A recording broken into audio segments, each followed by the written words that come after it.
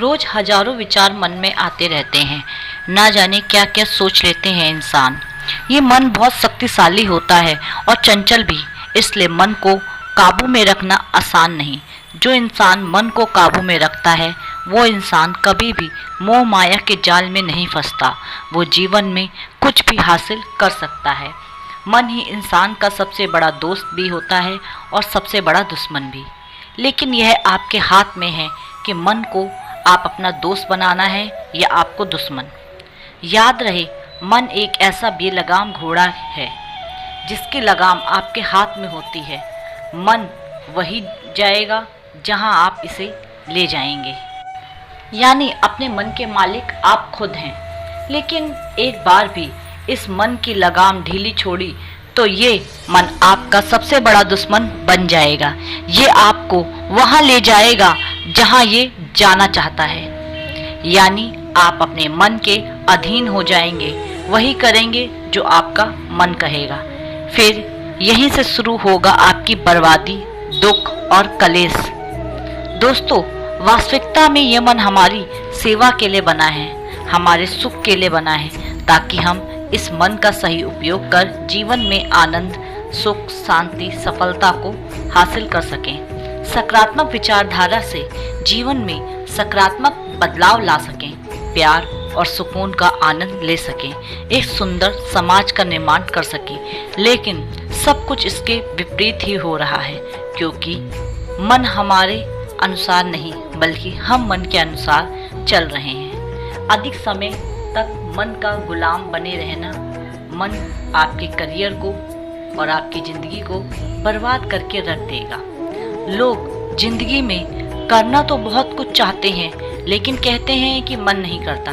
पढ़ाई करने लगते हैं तो कहते हैं कि पढ़ाई में मन नहीं लग रहा, काम में मन नहीं लगता। सुबह जल्दी उठना तो चाहते हैं, लेकिन मन नहीं करता। अपने जीवन शैली को बदलना तो चाहते हैं, लेकिन मन नहीं करता।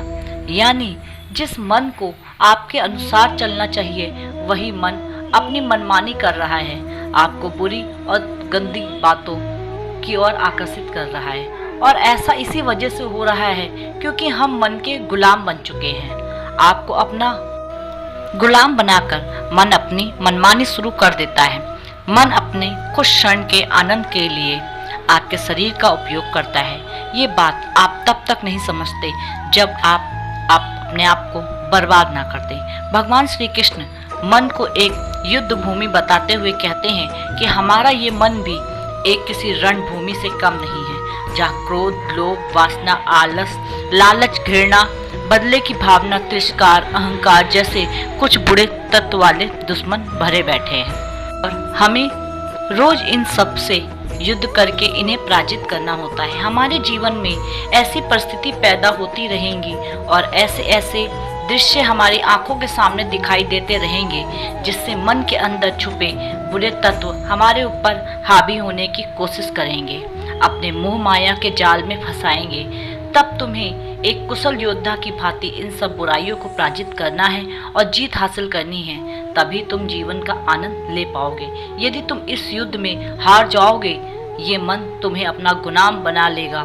फिर तुम वही करोगे जो मन कहेगा।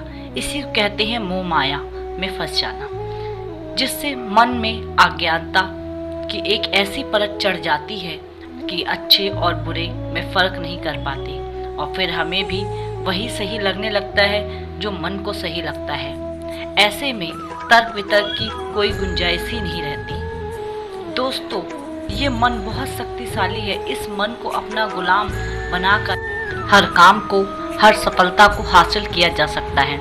हर मुश्किल काम को आसान बनाया जा सकता है। जब हम कुछ भी करने की जिद मन में ठान लें तो उसमें सफल होने से हमें कोई भी नहीं रोक सकता। इसलिए मन की सुनो, लेकिन गुलाम बनकर नहीं, मालिक बनकर।